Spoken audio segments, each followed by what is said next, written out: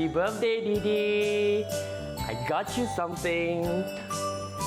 Ta-da! Here you go. That's so sweet of you. Oh my god, he's the cutest. I know you've always wanted to have a puppy. Thank you so much. Aww.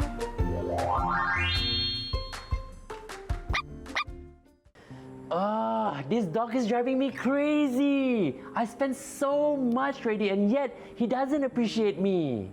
Did you spend time to train him? How about vaccinating and neutering? You know, kan, these are all the important things to do, right? What? Really? How am I supposed to know all this? Hey, thought you wanted a puppy? You should know all this, what?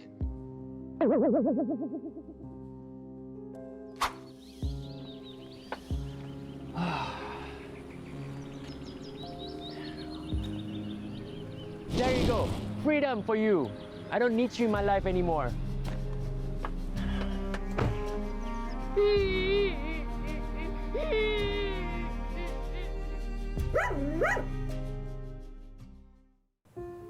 Municipality tangkap asu liar. Wih. Oh, banyak gambar. Hey, this dog looks familiar lah. Kita kena tangkap dahnya.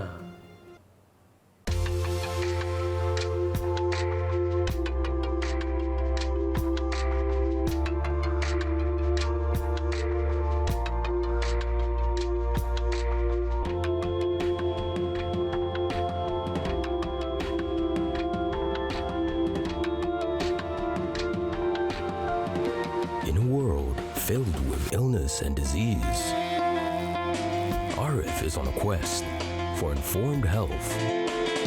Presenting My Health, My Choice.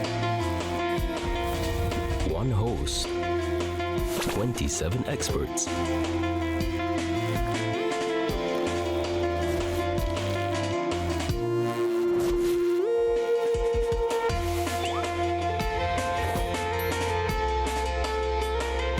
All about health issues in Sarawak. How am I supposed to know all this? How dare you say like that to an older lady? You simok lah.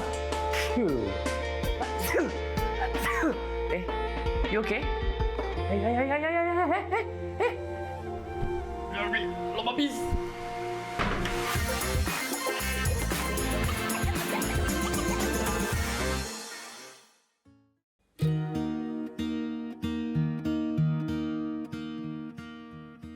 Rabies was an almost unheard of disease for the average Sarawakian until 2017. In 2022, Sarawak reported 14 cases of human rabies.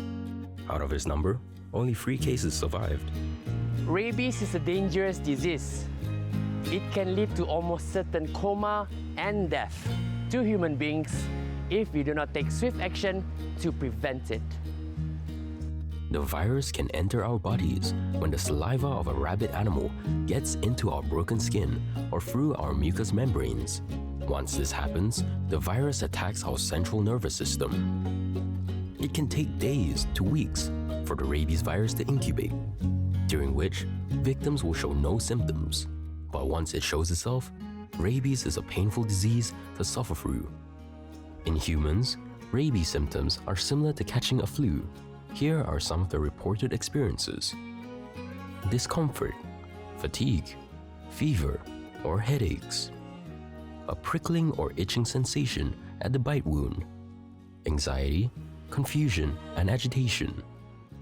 And also a fear of water and a difficulty to swallow, which makes the patient refuse to eat or drink. However, rabies is preventable.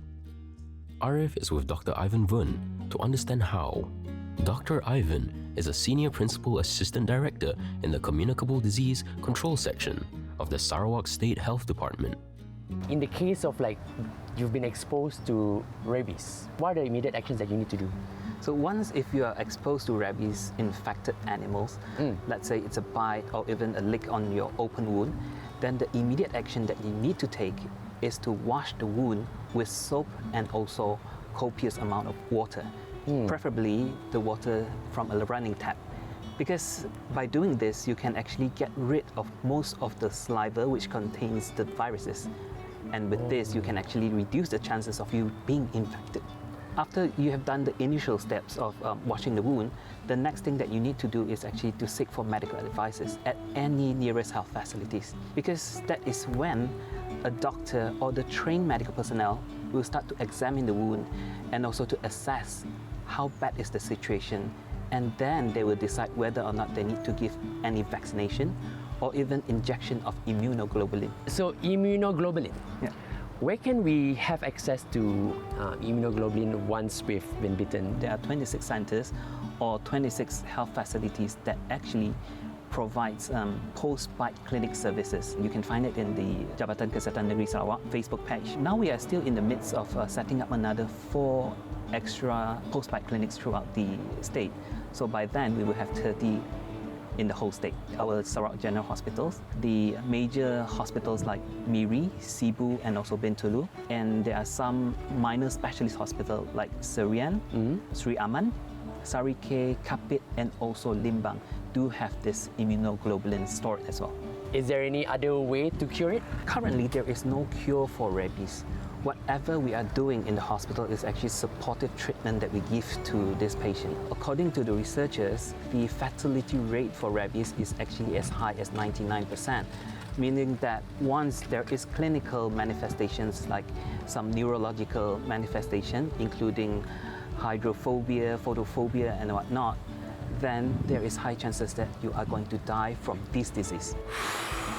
That's not really good news, doctor. It is not, it is not. What could happen if we put our guard down? There is just high possibility that we will succumb to this disease. We know that we have been through COVID-19 for more than 2 years. This kind of torment somehow just put rabies at the back of the mind of our people. So I would say that whatever effort or the effectiveness of our health education and also the health promotion is actually wearing off. We must always remember rabies is still around. It is still in Sarawak. My health, my choice. Your health, your choice.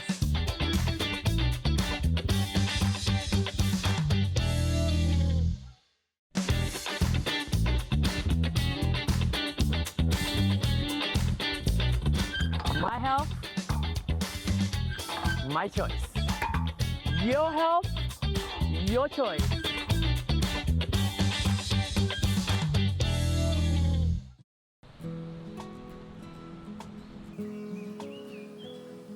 Malaysia loves its dogs. It is found that dogs are one of the most popular among pet owners, just behind cats.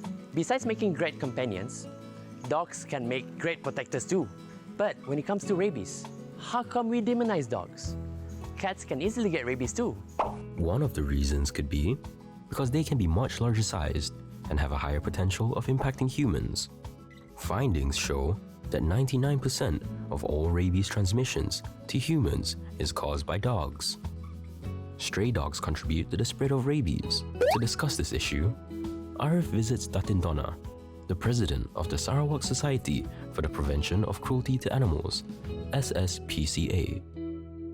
Zooming in into the plight of stray animals, could you share with us what is happening here right now in Sarawak and how can we deal with this? Well, I always say that stray animal situation here, as it is anywhere else, is actually a human problem. Where does a stray come from? When somebody has an animal, a cat or a dog, and it gives birth, and they're not prepared to look after another litter, and then they dump them. Maybe a bit controversial.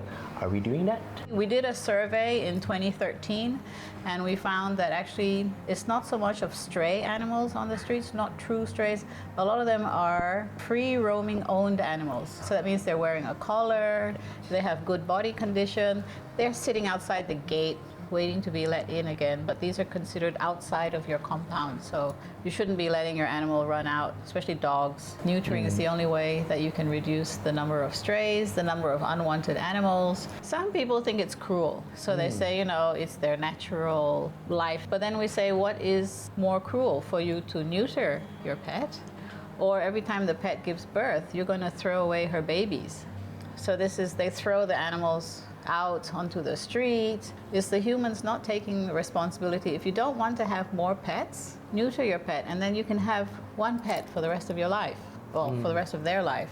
So if you don't, then this is where the main problem starts from. How humane are our efforts in terms of like eradicating rabies here in Sarawak?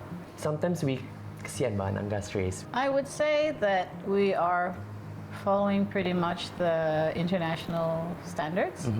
When we first heard that we had the first rabies, the 3 human cases, our immediate reaction was, please, can we go the way of vaccination? After consulting with our international partners that we have on rabies control, so they actually did say that we have to accept that certain groups of dogs would have to be removed. So is this considered the middle ground, I would say, and we are following international standards?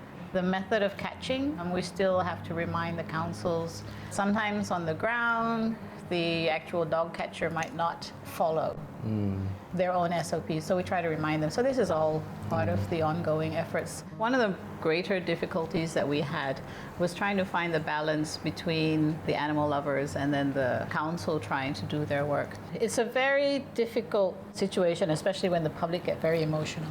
Yeah, so that was something that was one of the hardest areas that we had to deal with.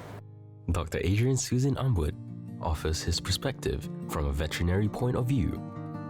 He is the director of the Department of Veterinary Services in Sarawak. In the case of vaccine has failed ataupun some areas ataupun some parts tidak dapat dikontrol, there is a method called targeted removal. Yes. What is targeted removal? Targeted removal is referred to dog suspected to be in contact with rabies. All the stray dog is suspected to be exposed to rabies because in unvaccinated dog, the rabies virus can stay in the body for 6 months. Within that 6 months, anything can happen. Depend on the number of viruses in the body. And record shows that 30% of the dog that bite unprovoked is positive for rabies. So despite some backlash from the public, why targeted removal is necessary? Of course, we need to protect the public. Targeted removal, if not be carried out, it will increase the stray population. Where do we find the balance or find the line of keeping the public safe, but also at the same time we do not challenge our moral values? Yes, I guess. yes, betul. Yeah, just any thoughts on that?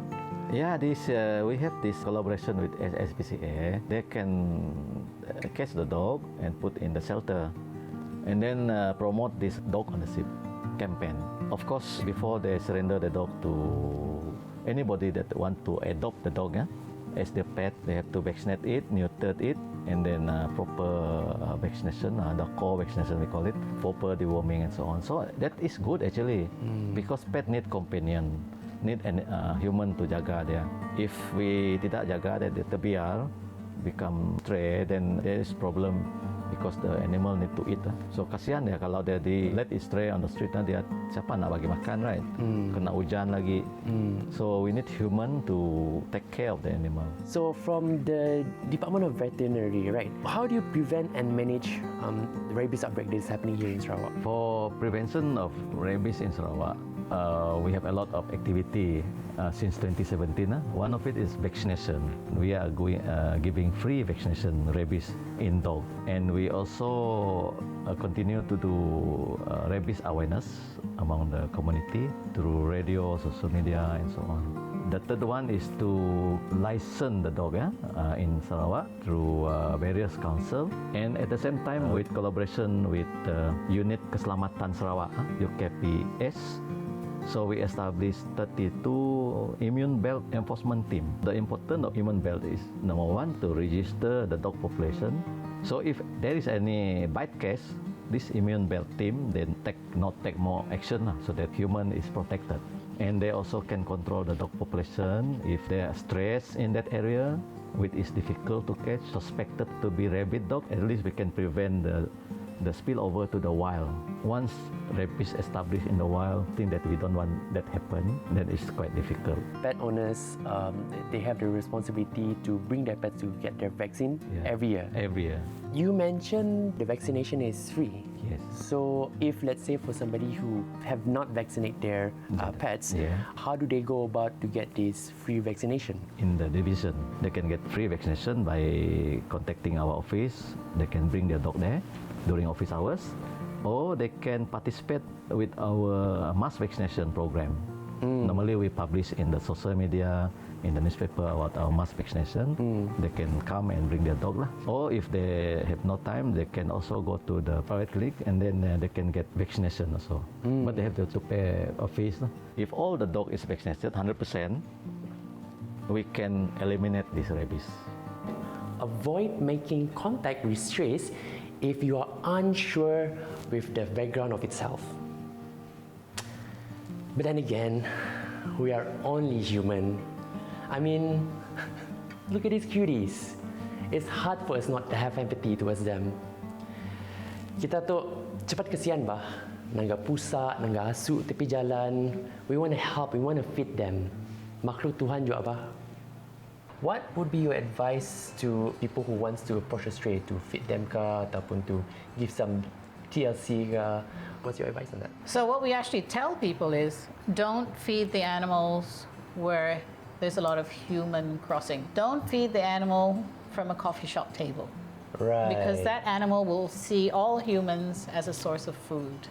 And there are those people who don't like it. And of course the councils, according to their health regulations, there should not be any animals in the coffee shops. So what we tell them to do is if you want to feed the animal, take the food to the back, maybe towards the alleyway or somewhere there where there's not so much human contact. Then you can leave the food there.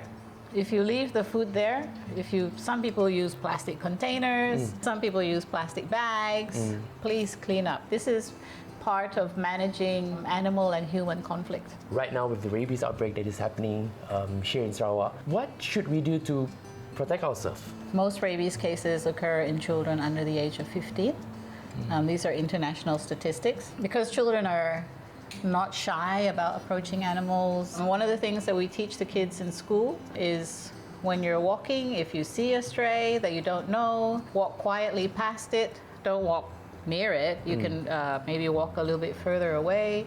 If you're feeling threatened, then you cross the road. Don't run, don't scream. Because when you run and scream, then they think, oh, you're prey. So then they might start chasing you as well because they get excited. And a lot of people find this quite interesting is that when you see a dog on the street, don't look at it straight in the eye because they see that as a sign of aggression. For like the kindergarten kids, we try to teach them, if you see a dog, you should stand still. So stand still like a tree. Either you put your hands down, clench your fingers away because if you do that, then the dog, if you do get bitten, at least this way, he might not damage your fingers. If you fall down, that's the other thing we teach the kids, fall down, curl up like a ball, protect your neck, and again, don't scream, don't shout. So of course, there's different approaches for different age groups. So these are some of the things that we try to get the adults to understand as well, and how they can help the children to understand. The other thing, of course, would be vaccination and also neutering, of course. Being a responsible pet owner, you wouldn't allow your animal to roam around freely, where they can be exposed to diseases such as rabies, distemper, especially if they're not vaccinated. And so that's the only way you can break the cycle. My health, my choice. Your health, your choice.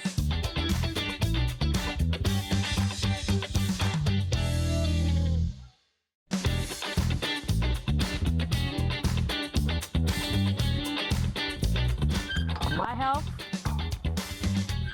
my choice. Your health, your choice.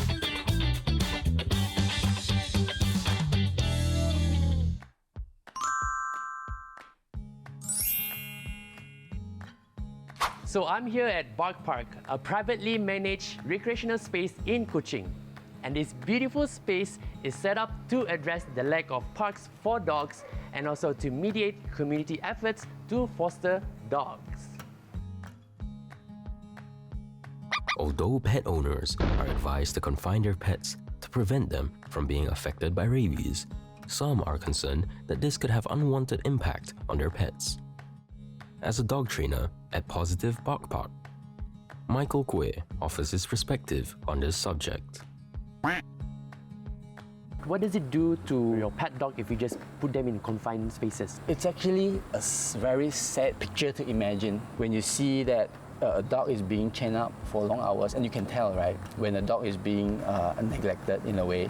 My point is that when dogs are being left in that way, it actually defeats the purpose of having dogs. I always tell people we are not collecting vases. We want to spend time with our dogs. Yes. So when dogs are being left there, it's the wrong way to do it. Instead of being a family dog, now they become a prisoner of us. So I feel that it must not be practiced. We need to somehow allow our pet dogs to go out as well, right? But how do we also prevent them from getting rabies? The most important thing is to actually have them rabies vaccinated. That's one thing. Right. Second thing is that in terms of dog training, a lot of people have the misconception saying that training is about teaching the dogs sit down, stay, things like that. Back then, dogs are bred for different purposes compared to now. We now live in a society where we've got cars, we've got machinery, we've got a lot of different things to help us. So mainly dogs are here for companionship, you see. We train the dogs to live in the human living condition because they don't understand they cannot dig at home, they don't understand they cannot bite the bumpers, they don't understand they cannot jump on elderlies, on babies, they don't understand all this. Our job is to actually teach them all this so we are able to live peacefully, harmoniously together with them for the entire 10-15 years rather than 2-3 years then we throw them aside, you see. And that being said, we will also be able to bring them out to different places where we can truly enjoy the entire journey of dog ownership. With that kind of training, how does that actually repel rabies? Training itself will not actually repel rabies in a sense because it's a two different thing. It's just like when we go to school, we are not gonna avoid COVID, you see. But then the thing about that is that because dogs are still dogs, they are still lives. Say if we decide to not do anything with our dogs due to rabies, it's gonna hurt us psychologically, it's gonna hurt our dogs psychologically as well, physically as well, I mean for dogs, because they're just being trapped at home. So the training itself is gonna help them and us to be still able to do all this with the right informed education.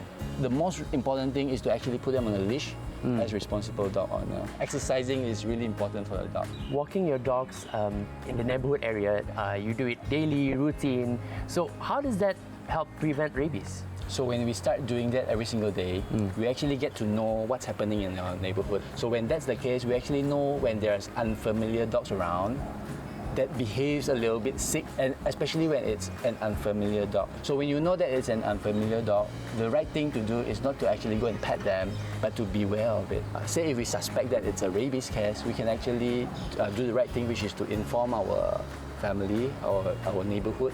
So with that, then I'm still able to protect myself and protect my dog. And still, added bonus, I'm still able to inform people around, you see. Fair point, Michael. I think similar to like COVID, right? When we first got to know about COVID, the whole world shuts down. We lock ourselves in, but of course we educate ourselves, right? Well, the bad thing about COVID, and also how can we also prevent ourselves from getting COVID? So it's not the end of the world. Yeah. It's not we have to stay at home forever. It's how can we live more safer with it around, right? In animals, rabies symptoms to watch out for are general sickness, aggressive behavior, excessive drool or saliva, paralysis or trouble moving, or abnormally tame behavior.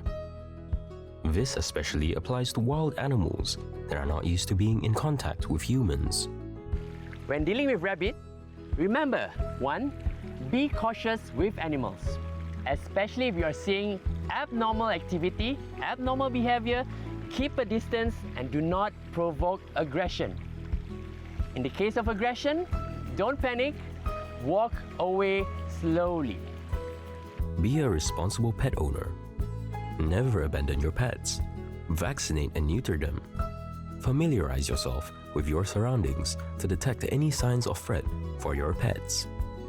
Use a leash if you want to bring your pets out to exercise or socialize. And foster an understanding relationship with your pet to have the confidence to handle them in any situation. Last but not least, upon suspected of exposure to rabies, wash your wounds with soap, about 15 minutes with running water, and immediately seek medical attention to the nearest clinic or hospitals. For a list of centers that offer treatment for rabies exposure, browse the website of the Sarawak State Health Department at jknsarawak.moh.gov.my. The well-being of our animals is the well-being of our communities. So, if we want to progress as a nation, let's not forget about their welfare and learn how to coexist with them. Remember, my health, my choice, your health, your choice.